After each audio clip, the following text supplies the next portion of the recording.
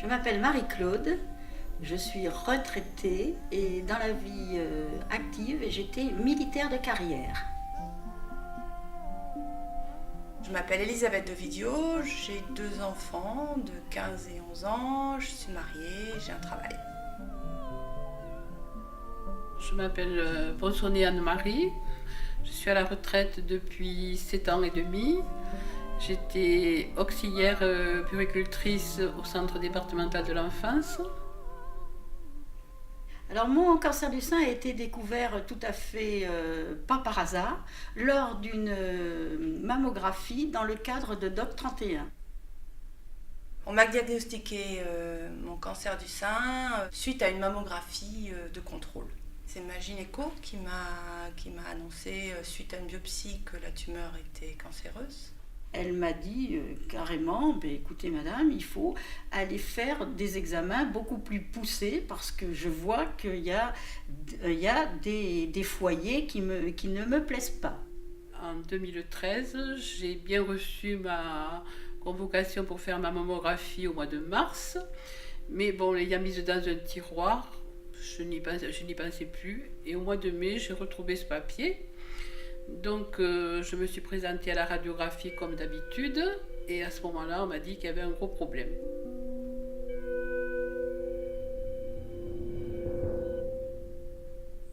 C'est un peu le coup de bambou, c'est un peu un effondrement de quelque chose. On a l'impression que la vie, tout d'un coup, c'est un arrêt, un stop, un arrêt brutal de la vie. Il se passe quelque chose dans sa vie de grave et de brutal. Après, ma gynéco elle a été plutôt rassurante en me disant que c'était pas quelque chose de très avancé, que ça allait être soigné, que tout irait bien. Mais bon, il n'empêche qu'il y a la peur quand même qui est là.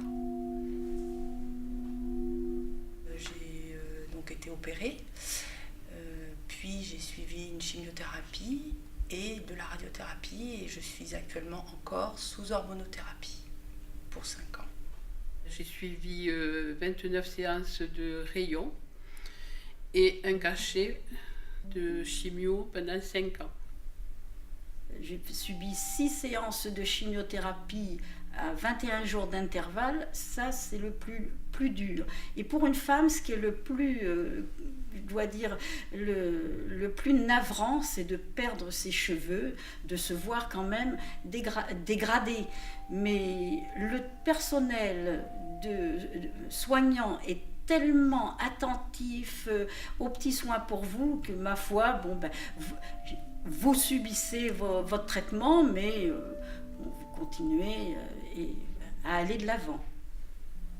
Bon, l'opération, ça s'est très bien passé. J'ai pas ni souffert, ni ça s'est très bien passé. La chimiothérapie, ce qui est difficile, j'ai plutôt bien supporté les produits. Ce qui a été difficile, c'est de perdre ses cheveux, c'est la modification de son intégrité, de son corps en fait, qui est difficile. J'ai porté une perruque par exemple, pour pallier au fait d'avoir perdu mes cheveux. Et ça m'a aidée dans la mesure où c'était anonyme dans la rue, quoi. C'est-à-dire que personne ne pouvait deviner que j'avais perdu mes cheveux et que j'étais sous chimiothérapie. Ce traitement, je le suis très bien. Je prends mes cachets tous les jours et ça ne me dérange pas du tout. Je pense pas. Moi, j'ai fait le choix de toute façon de suivre le protocole sans vraiment poser trop de questions. J'ai 2 enfants qui sont jeunes et je me dis que je veux mettre toutes les chances de mon côté pour guérir. Donc, je me pose pas trop de questions sur les traitements. Pendant mon traitement, j'ai tant faire se peut gardé une activité relativement normale. Je faisais toujours, j'allais au cinéma, ma vie de maîtresse de maison, j'ai essayé de la mener à bien tant que je pouvais, mais il y a eu quand même des passages à vide, car la chimiothérapie c'est très dur et vous avez ça dure pas pendant les pendant tout le traitement, mais vous avez des journées où vous êtes vraiment complètement sur les rotules. Bon, enfin, bon, ça dure une journée, 2 jours, et puis le 3e jour, vous repartez. En fin de compte, on oublie. Je pense qu'on a une capacité à l'oubli et c'est pas plus mal d'ailleurs, je crois. Mais c'est une épreuve qui marque, certes, mais je crois qu'on oublie bon, peut-être parce que je l'ai pas trop mal vécu non plus, mais qu'on oublie les désagréments un peu. Par rapport à ma famille, j'ai été très entourée. C'est vrai que bon, tout le monde était là, présent. Mes petits-enfants, ma fille, mon gendre, tout le monde m'a bien entourée. C'est vrai que ça m'a permis de faire un pas en avant. Malgré qu'à un moment donné, j'étais quand même assez dépressive lorsqu'on m'a annoncé la nouvelle. Donc, non, mais je pense que je m'en suis bien sortie. Moi, j'ai une sœur qui m'a appelée tous les jours pendant 2 ans, quasiment, pour savoir comment j'allais, qui était loin, qui était à Paris, donc elle ne pouvait pas être proche de moi. Et elle m'a appelée tous les jours pour me demander comment j'allais, et j'en suis très reconnaissante. Parce que c'est important. J'avais toujours des petits coups de fil, des personnes qui venaient me voir à la maison ou qui m'envoyaient même lors de mes séances de chimiothérapie des SMS de réconfort afin que j'aille toujours de l'avant. C'est une épreuve pour l'entourage parce qu'il y a une pression sociale, je pense, autour du cancer, même si je pense qu'elle s'atténue quand même de plus en plus. Mais ça fait peur, quoi. Le cancer, on sait tous que c'est la maladie qu'il faut pas attraper et qui fait peur. Et il y a des gens qui pensaient à moi. Et ça, de toute façon, toute marque de soutien ou d'intérêt est bonne à prendre, quoi. On est quand même fragile, on est un peu dans une posture un peu fragile et pas facile, justement. Je dois dire que j'ai toujours parlé ouvertement de mon cancer, pas au début. J'ai seulement commencé à en parler quand j'ai commencé à subir la chimiothérapie. Je n'en ai pas parlé, ni aux voisins. J'essayais toujours de partir faire les rayons et qu'on ne sache pas ce que j'avais.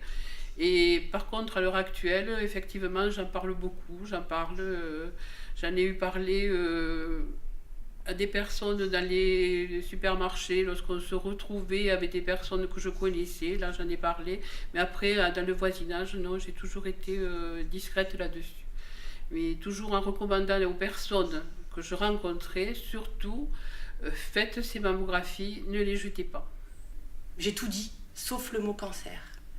Et étonnamment, tout le monde me disait, mais tu les prends pour des andouilles, elles savent que c'est un cancer et tout ça. Et en fait, quelques mois après, je me suis rendu compte que non. En fait, elles ne savaient pas que c'était un cancer. Et je leur ai dit plus tard, évidemment, elles l'ont su. Mais sur le coup, elles ne l'ont pas deviné, en fait. Parce que je crois que les enfants, ils croient ce que leurs parents leur disent beaucoup. En tout cas, surtout quand ça les arrange. J'essaie, je dis bien, de prendre la vie du bon côté, en effectuant tout ce que je peux faire, les sorties, mes petits-enfants. Mon principal souci maintenant, c'est de prendre tous les bons moments que je peux attraper. Je suis là et je voudrais être le plus longtemps possible avec eux pour au moins en profiter. Ça ne change pas grand-chose dans le quotidien. La vie, elle est plus forte que ça et de toute façon, il faut faire à manger tous les jours aux gosses, il faut faire la lessive, tout ça. La vie quotidienne, elle est plus forte que tout ça et elle s'en fout, quoi. Qu'on soit malade ou pas, il faut que ça continue.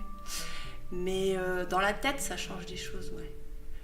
Même si on sait qu'on est mortel et tout ça, là, on touche du doigt un peu de près, quoi.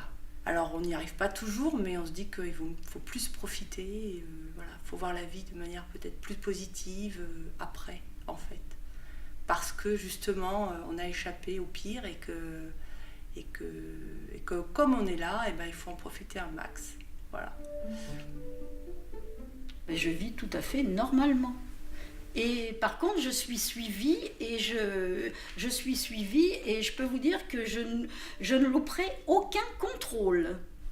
Je me rends compte que beaucoup de personnes jettent leur feuille de mammographie Donc si moi je l'avais jeté, je pense qu'à l'heure actuelle, j'aurais quand même de plus gros problèmes. Donc ce que je pense qu'il faut surtout continuer à faire ces examens comme ils sont prévus tous les 2 ans.